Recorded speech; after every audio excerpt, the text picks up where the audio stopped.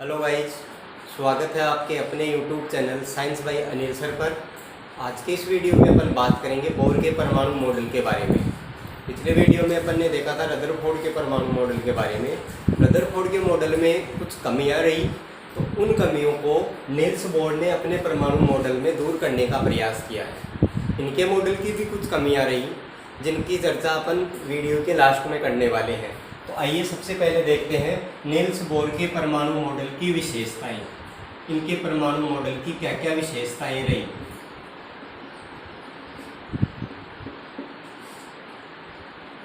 Bore के परमाणु model की विशेषताएं देखो, पहली विशेषता ये है, बोर ने ये बताया कि जो परमाणु का केंद्र है वो धनावेशित होता है और इसके अंदर प्रोटॉन पाए जाते हैं।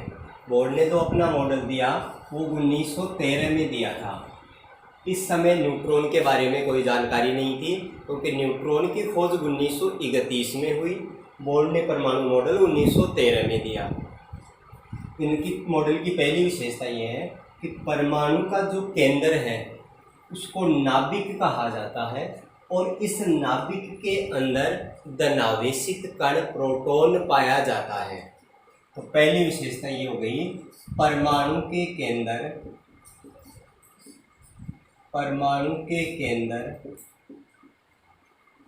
को नाभिक कहते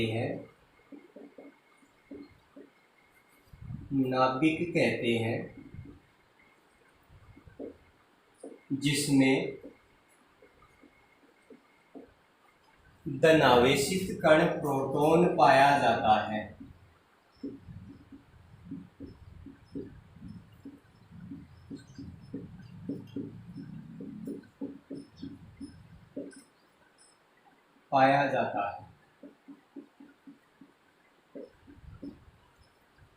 दूसरी विशेषता, इलेक्ट्रॉन है वो नाभिक के चारों ओर इस प्रकार कक्षाएं होती है, वर्ताकार कक्षाएं।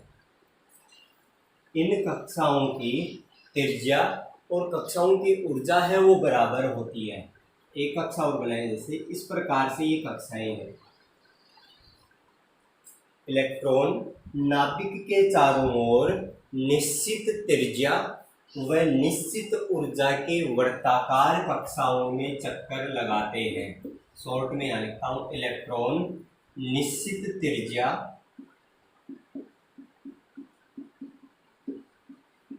व निश्चित ऊर्जा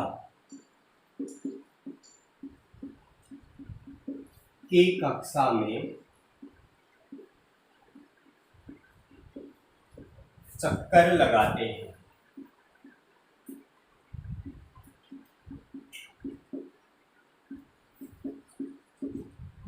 प्रत्येक कक्षा की त्रिज्या निश्चित है, प्रत्येक कक्षा की ऊर्जा निश्चित होती है। उन कक्षाओं में इलेक्ट्रॉन चक्कर लगाते हैं।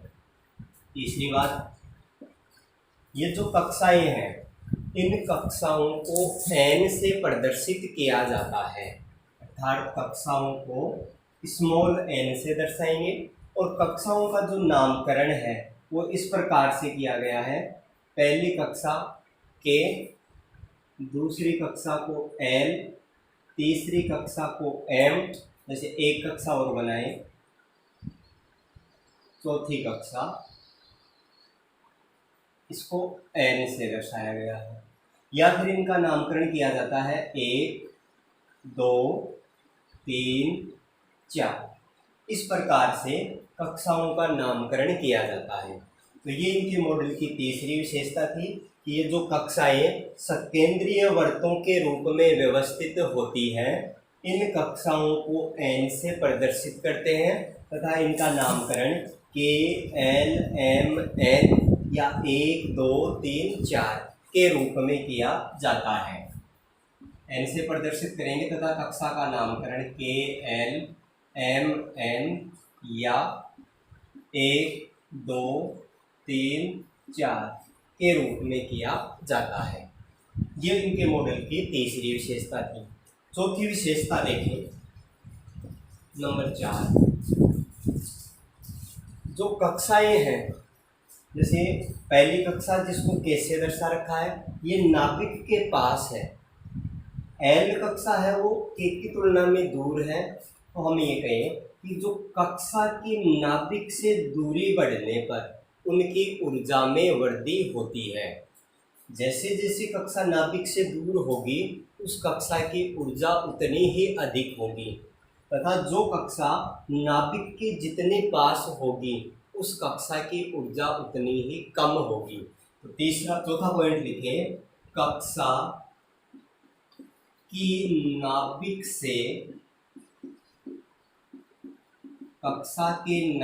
से दूरी बढ़ने पर उनकी ऊर्जा में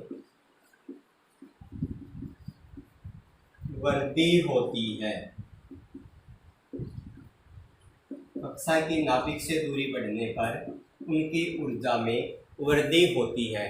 के कक्षा की ऊर्जा सबसे कम होती है, एल की ऊर्जा उससे ज़्यादा, एम की ऊर्जा उससे ज़्यादा तथा एन की ऊर्जा है वो सबसे अधिक होती है। पांचवी विशेषता, इलेक्ट्रॉन कौन सी कक्षा में चक्कर लगाएगा? तो इलेक्ट्रॉन उसी कक्षा में चक्कर लगाएगा जिसमें इलेक्ट्रॉन का कोणीय संवेग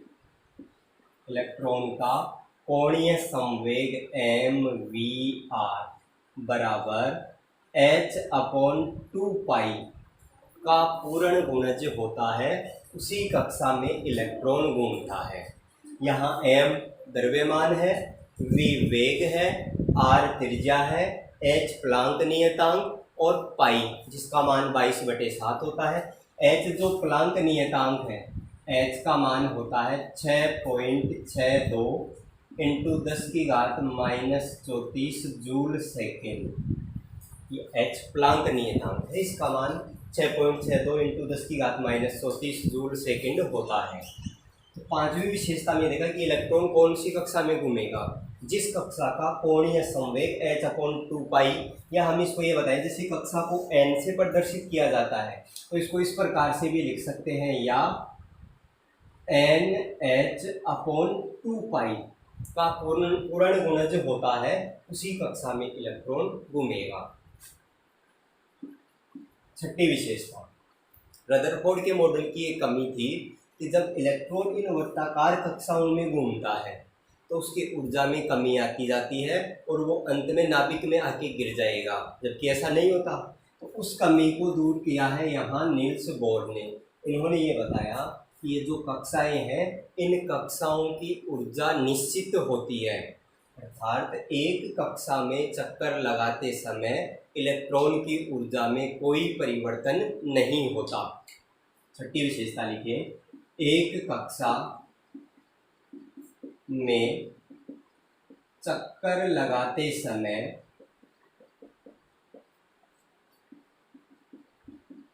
इलेक्ट्रॉन की ऊर्जा में परिवर्तन नहीं होता है। एक कक्षा में चक्कर लगाते समय इलेक्ट्रॉन की ऊर्जा में कोई परिवर्तन नहीं होता, इस कारण इलेक्ट्रॉन अपनी कक्षा को छोड़ के नाभिक में नहीं आ सकता। लास्ट सातवीं विशेषता, इनके मॉडल की अंतिम विशेषता, जब किसी कक्षा का इलेक्ट्रॉन बाहर से ऊर्जा अवशोषित करेगा तो उस इलेक्ट्रॉन की ऊर्जा उस कक्षा से अधिक हो जाती है, तो वो उस कक्षा को छोड़कर ऊपर वाली कक्षा में चला जाता है। जैसे मान लें कि के कक्षा का इलेक्ट्रॉन है, ये इलेक्ट्रॉन बाहर से ऊर्जा लेता है। अभी हमने देखा प्रत्येक कक्षा की ऊर्जा है वो निश्चित होती है, एक कक्षा में चक्कर लगाते समय इलेक्ट्रॉन की ऊर्जा में कोई परिवर्तन नहीं होता क्योंकि कक्षा की ऊर्जा निश्चित होती है। अब यहाँ पे हम उदाहरण से देख रहे हैं कि जैसे के कक्षा का इलेक्ट्रॉन है, ये बाहर से ऊर्जा लेता है, तो ऊर्जा लेने पर इस इलेक्ट्रॉन की ऊर्जा के कक्षा की ऊर्जा से ज़्यादा हो जाती है। इस कारण इलेक्ट्रॉन इस कक्षा को छोड़कर ऊपर वाली कक्षा में चला जाता है। यहाँ लिखें, जब इलेक्ट्रॉन ऊर्जा अवशोषित करता है, जब इलेक्ट्रॉन ऊर्जा अवशोषित करता है तो ऊपर की कक्षा में चला जाता है, ऊपर की कक्षा में चला जाता है। और जैसे मान लो n कक्षा का इलेक्ट्रॉन है, इस इलेक्ट्रॉन ने अपनी ऊर्जा उत्सर्जित कर दी, तो जैसे इसकी ऊर्जा इस n कक्षा की ऊर्जा से कम होगी तो इलेक्ट्रॉन ऊपर वाली कक्षा से नीचे वाली कक्षा में आ जाएगा, अर्थात तो वो n से m में आ जाएगा। तो जब इलेक्ट्रॉन ऊर्जा उत्सर्जित करता है तो ऊपर की कक्षा से नीचे की कक्षा में आ जाता है, ऊपर की कक्षा से नीचे की कक्षा में आ जाता है। ये थी बोर के परमाणु मॉडल की 7 विशेषताएं। उम्मीद है आपको ये विशेषताएं अच्छे से समझ में आई होंगी। अब अपन बात करते हैं रदरफोर्ड के नील्स बोर के परमाणु मॉडल की क्या कमियां रही, कमियों की चर्चा करते हैं। इनके मॉडल की क्या क्या कमियां रही, नील्स बोर के मॉडल की कमियां। देखो, नील्स बोर ने हाइड्रोजन परमाणु की संरचना और उसके स्पेक्ट्रम को समझाने के लिए अपना ये मॉडल दिया था।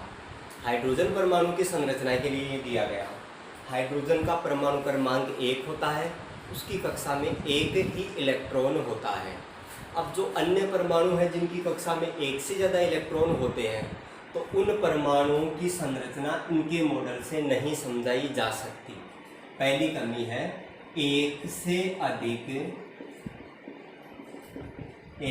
अधिक इलेक्ट्रॉन वाले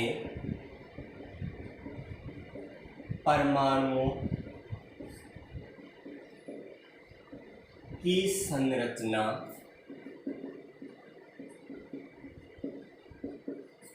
को स्पष्ट नहीं कर पाया।